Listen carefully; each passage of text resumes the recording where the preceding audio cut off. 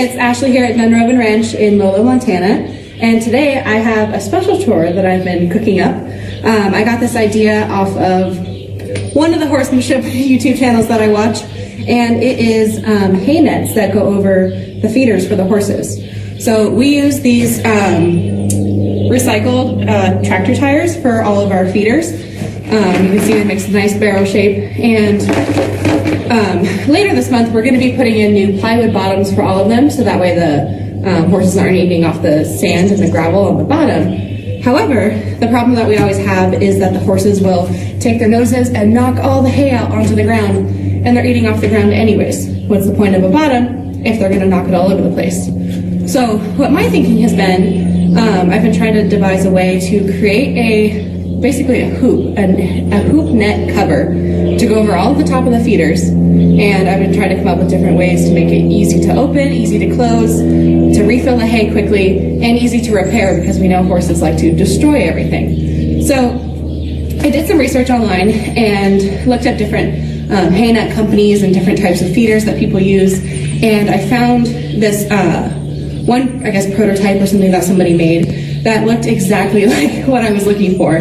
Basically, he used just like a plastic bucket and some kind of tubing, either like a hose or some PVC or something like that, and it was affixed together. And it had two U-straps on the top to keep it affixed to the tire. It had two eye bolts on the sides that the hoop could rest on and wouldn't fall into the barrel, and then it had a carabiner clip at the other side to keep it closed. So that's what I'm trying to base our idea off of. However, they've made one of them. We have 19 of them to make, and so I'm trying to figure out the most cost-effective and efficient way to make this happen.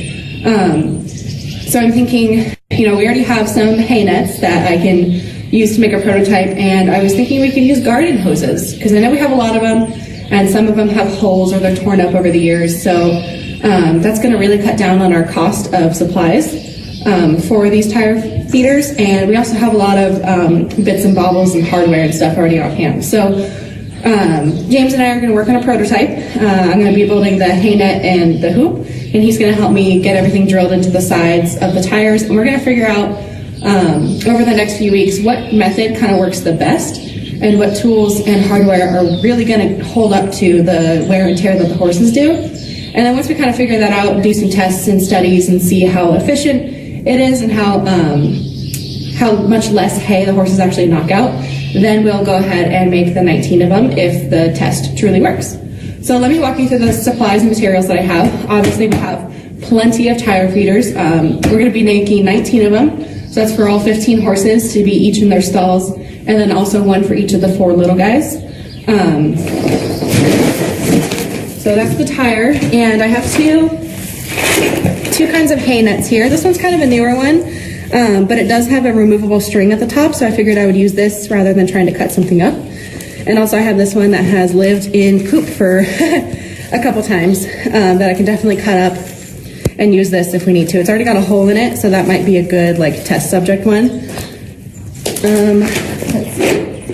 I've got a little bucket here. I've got my measuring tape so I can measure it out.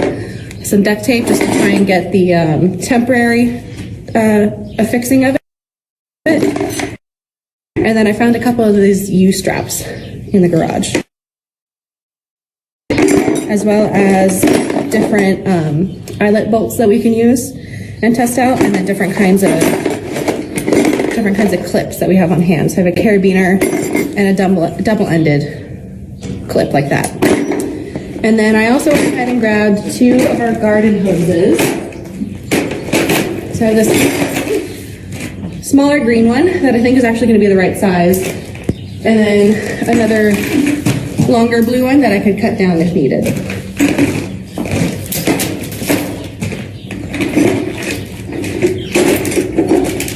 So I've already done the measurements in my project proposal, which I think we're going to show the PowerPoint of, but I'll go ahead and do it again just to show how I measured everything.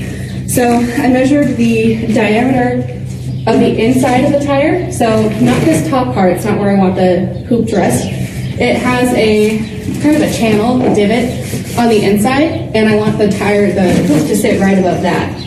So I'm measuring from that part all the way across.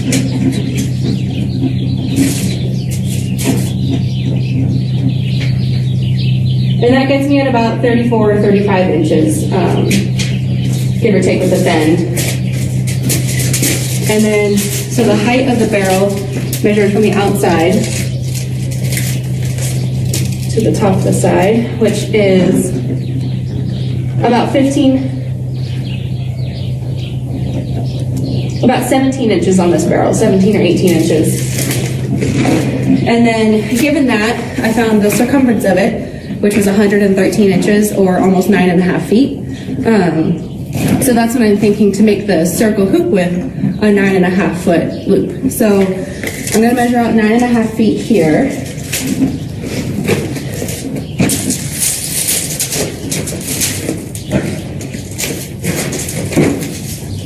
We got 9. Okay, so I've got 113 inches here.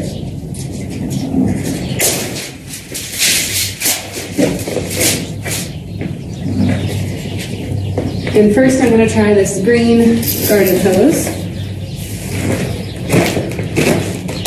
Of course it loops up a little bit. Right. There's something to hold it. Yeah.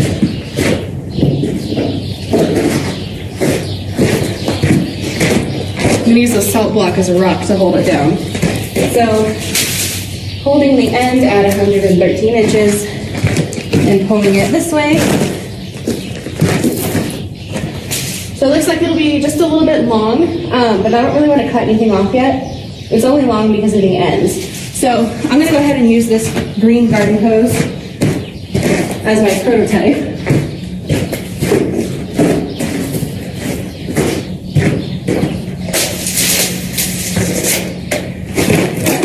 And all I'm going to do is simply duct tape it into a circle. So I'll overlap the ends just a little bit and see if it'll fit inside of here where I want it to sit.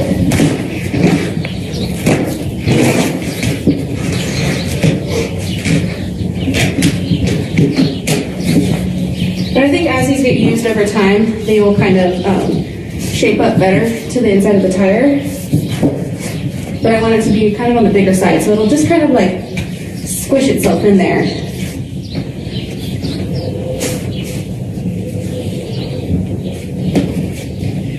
All right, I think that'll work.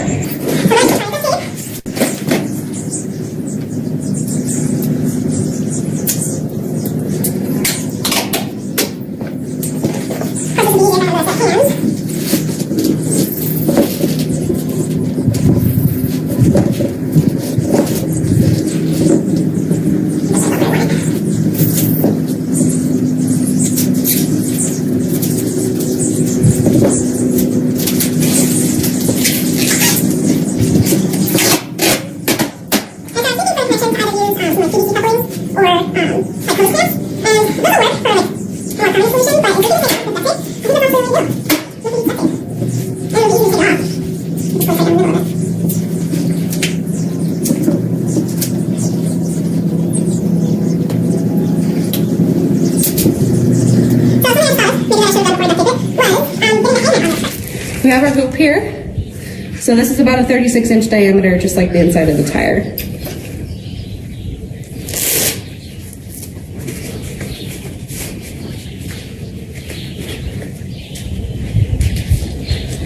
So I'm going to go ahead and try out this other hay net first, because I can still take out the strings.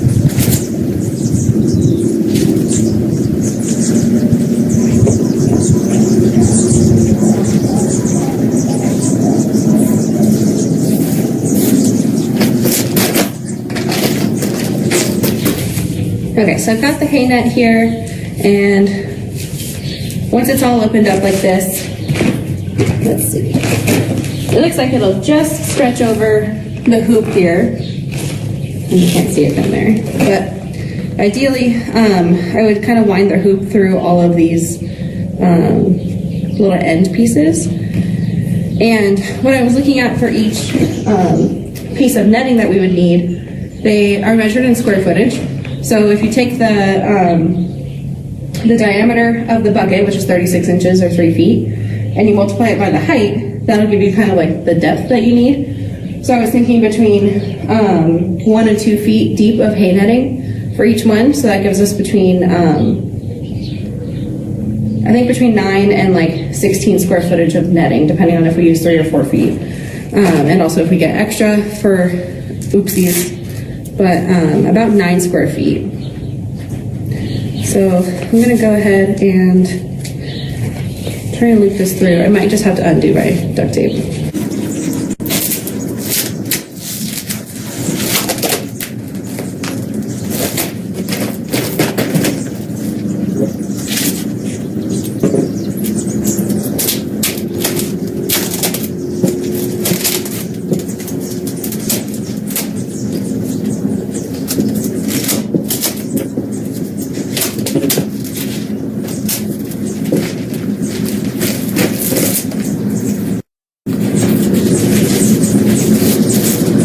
Okay, so with that undone, I'm going to go ahead and start looping it through. Start here, and I'm just going to kind of like weave it on, like so, kind of like I'm using a big cross-stitch needle.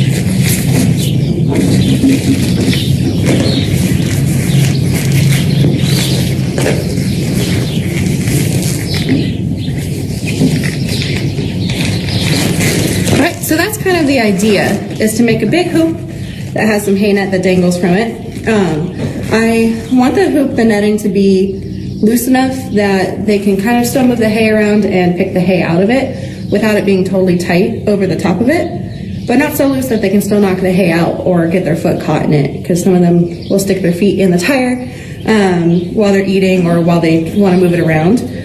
So we want to try and avoid that. So let's get this remeasured up.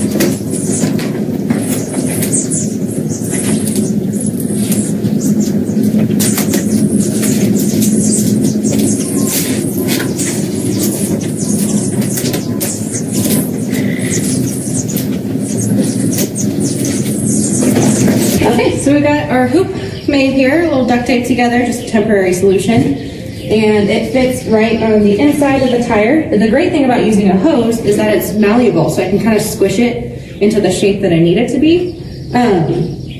So you can see, let me see if it'll stay up. Kind of like that. So the hoop goes all the way around the inside of the tire to prevent them from like just yanking it out. And then over here on this side we'll have these U-straps.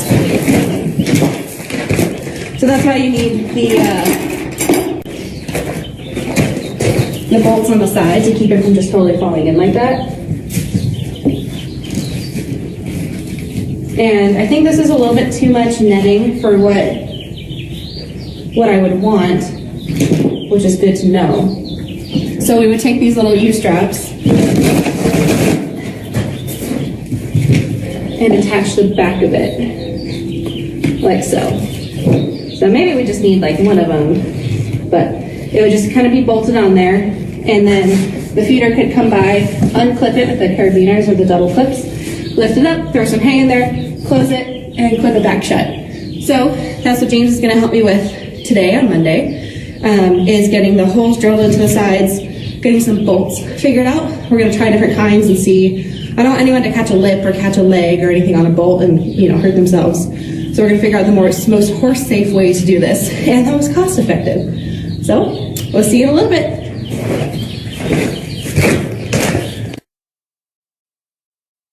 Why are you sitting out in the snow?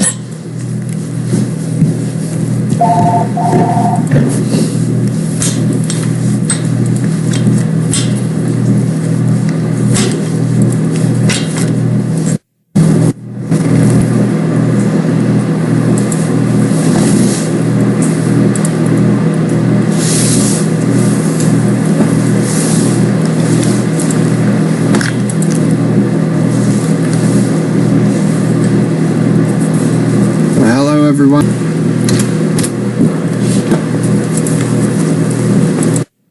Hi everyone, welcome to our 3 p.m. segment today where we're doing a mystery chore. I hope you enjoyed the video that I put together. That was like an idea that I've been thinking of for a while now, so I wanted to see if we could actually make it. Hi everyone, welcome to our 3 p.m. segment today where we're doing a mystery chore. I hope you enjoyed the video that I put together. That was like an idea that I've been thinking of for a while now, so I wanted to see if we could actually make it into a real thing. So today I am back in the barn, and James is going to be joining me in a minute, so that way we can drill the holes into the tire feeder, so that way we can start testing it out. I think our first test subject is going to be Captain Clark, our little pony, because he has a tendency to knock the hay out of his barrel every single time. So we're going to try that out with him first before we try it out on a horse. So I think James is coming over now. And is this okay, or should we move it closer? Oh, great. Great.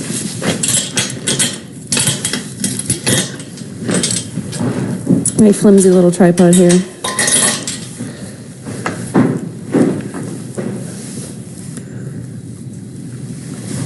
Okay, there we are.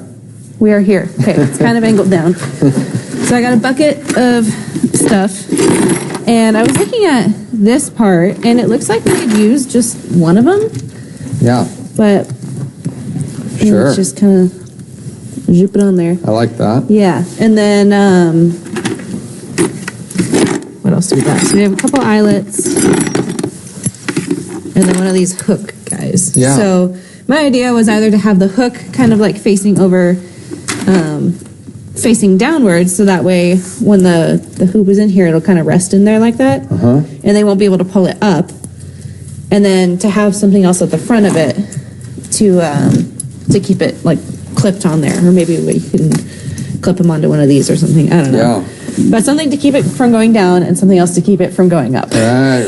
Yeah. So this back piece, so this is a little conduit clamp, basically, and so this would be the hinge, right? So that makes sense. So you just flip it up and down, but this needs to be flexible enough to come out of the hook Yeah. Right? So we do that on either end. Okay, I'm picking that up. And then to keep this clamped down, we'd need something to... I know some of them have like the rings on the inside. You see on that other tire in the next stall, some of them have those little rings on the inside, Yeah, but little not all of hoops them. or whatever, yeah.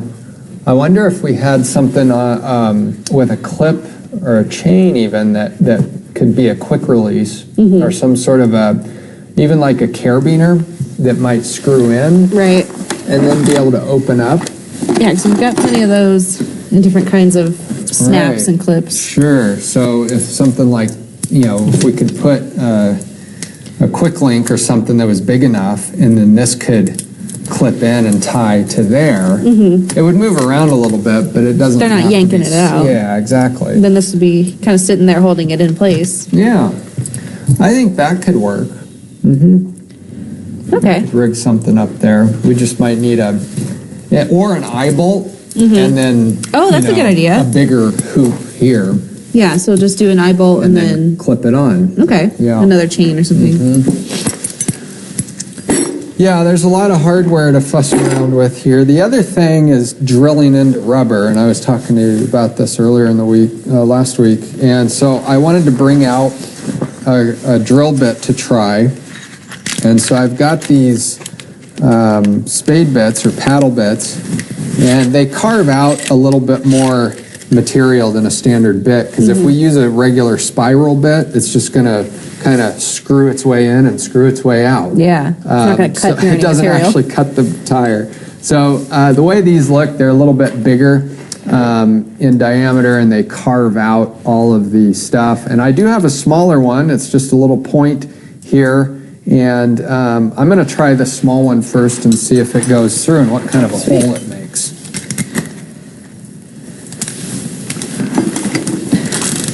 Do we have any bolts or anything to attach these on? Well, we probably need to pick up some hardware, and we might go with stainless steel just so it doesn't rust out. I'm going to try drilling a hole here.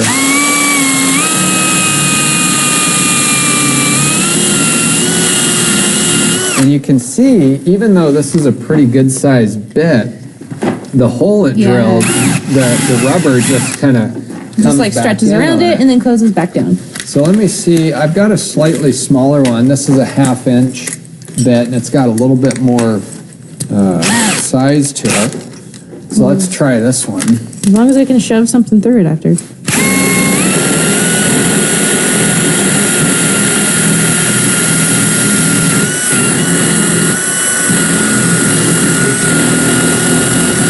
So that's a little better. Yeah, That's so a you just 1/2 inch stick a- hole, that sticks right through, Hey, yeah. that's cool. So it doesn't close in on itself. Yeah. Okay. Ooh, burnt rubber. Yeah, yeah, it smokes it up pretty good. So we want to make sure that, once we get all these applied and get the right dimensions, we'll cut everything off flush so nothing Nobody catches anything on it. Yeah. Okay, and let's tip this up so you can kind of see what we're dealing with here. We've got the hook here, and that could tilt down. Kind of hard to see on camera, but it could tilt down and hold this from popping up like that. It kind of grabs it. And then we've got the back side here. We've got a nut on each end of this bolt. We put washers on here normally and then, kind of really cinch it up, and then we cut the tail end of this bolt so it's flush. And I think that's actually a pretty good idea, actually. Okay. I like the hooks. I like those keeping it up. And the great thing is that they're nice and rounded, so Yeah. if you put your head in there, it's not going to get caught on anything. And those are a little cheaper than the eyelet ones, right? Yeah. Yeah, we'll have to price out some of the material. Like we were talking, it's 19 or 20 of these, right? So Yeah. it starts to add up in a hurry. The conduit clamps that you got there, those are actually pretty cheap. You can buy a bag of those for $5 or $10, but the other stuff's a little bit more.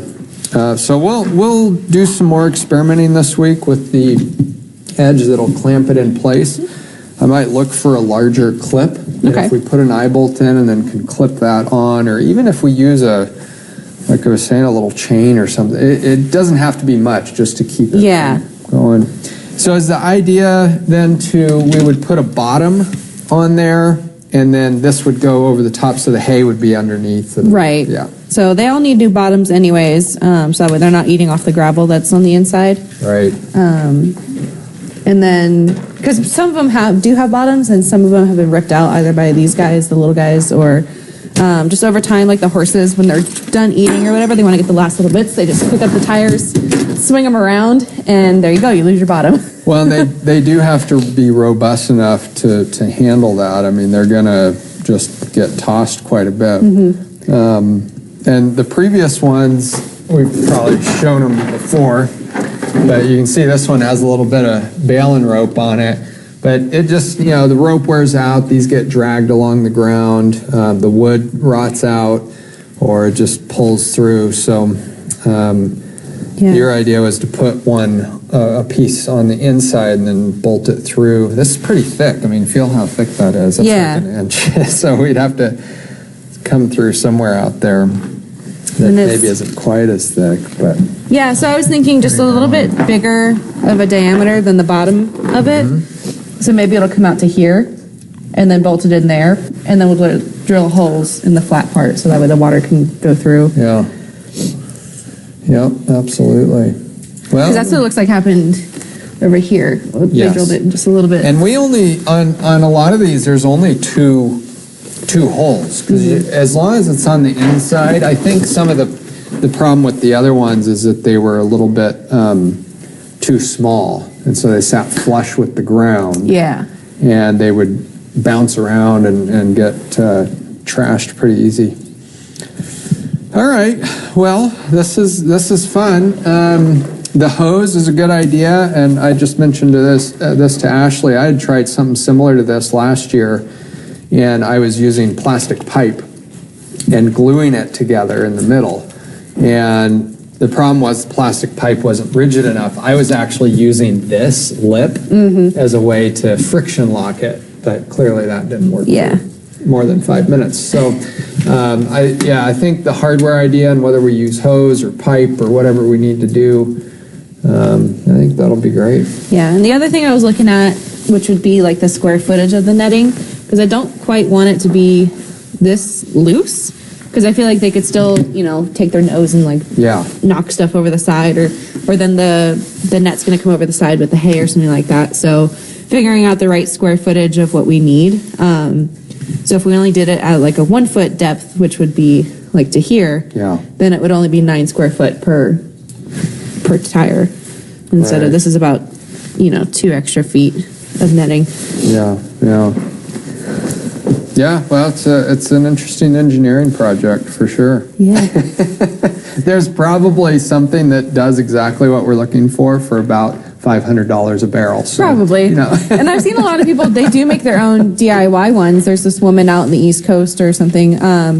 Her dad made custom hay bale size boxes, and then they just go through with it because they have 60 horses. They're a boarding facility or something. They just go through with their little, go-kart or four-wheeler or whatever with the bales on the back. And it's a whole, rectangle one, and it opens up on a hinge. Drop the bale in, cut your twine, pull it out, and then close it and clip it. Right. And then the horses just eat out of that box. Gertie would love one that big. Right. Bale-sized box. Which those would be cool for the winter pasture. Just they wouldn't be moving around as much, which is probably not the best thing. But if you have less land for them to roam on and they're not walking around much anyways, then that's a good spot to just throw a bale of hay. Sure. But something quick and easy that opens and closes, and if it does get destroyed, it's easy to put back together. Yeah. Awesome. Well, thanks for spearheading this project. I think it's going to be a good thing to get sorted out and make life a lot easier once we get it dialed in. I'm excited to come up with more ideas. We'll have to go to Ace Hardware. Yeah, so I'll do a little recon on the best thing to do on the latch side of this. I think we've got a great idea on the hinge side and keeping everything in place. So. Okay. Yeah, and it's good to know that we only need one of these. Yeah. Because the other picture I saw, the guy who used 2 of them, but I think they're a lot smaller than these ones. Yeah. So as long as we use those big ones, it should be okay. Yeah, I think that'll be in good shape. Yeah, if you use 2 of those, you could either put 2 on this end, I guess, but Then it's just like double strength Yeah, hinge. but you wouldn't want to put more than that on there because then you have to undo it every time you want to lift it out. Yeah, you wouldn't be able to open it. Yeah, okay. Well, yeah, always something fun around here to work on. You got the crazy stone boat idea. I had to come up with another crazy idea. But I like it. I'm glad you're running with it. This is perfect. So, and then we'll figure out the bottoms and maybe get some, we'll get some plywood and put it in there and drill some holes. That'll be the easy part, honestly. Yeah. Just show me how to use the drill or the saw, and I can go at it. Easy peasy. So, all right, awesome. Cool. Well, I will I'm gonna take this out. head back in and get ready to turn things back over to the ranch cam here, and Ashley and Ryan will be out to start the evening chores here shortly. So I'll head in here. You can go ahead and take a couple minutes to kind of sign off. Okay. And we'll switch over and get ready for the next thing. Thanks, James. Oh, here's a drill bit. Oh, thank you. Yeah. I don't want that in Gertie's All right. intestines. Okay. Well, thank you all for joining us today. I hope this was informative and exciting to think about. If you guys have any ideas or pieces of hardware or different modifications that we can make, definitely drop them in the chat. I will be looking out for new ideas, along with doing some more research and some more testing on it. So this is just the beginning of this project. We're going to be working on it all throughout March. And like I said, we need new bottoms first. But we have until April when the horses come back to kind of get this whole thing figured out. So we hope you enjoyed watching this, and we'll see you in a few minutes for the evening feeding. Bye.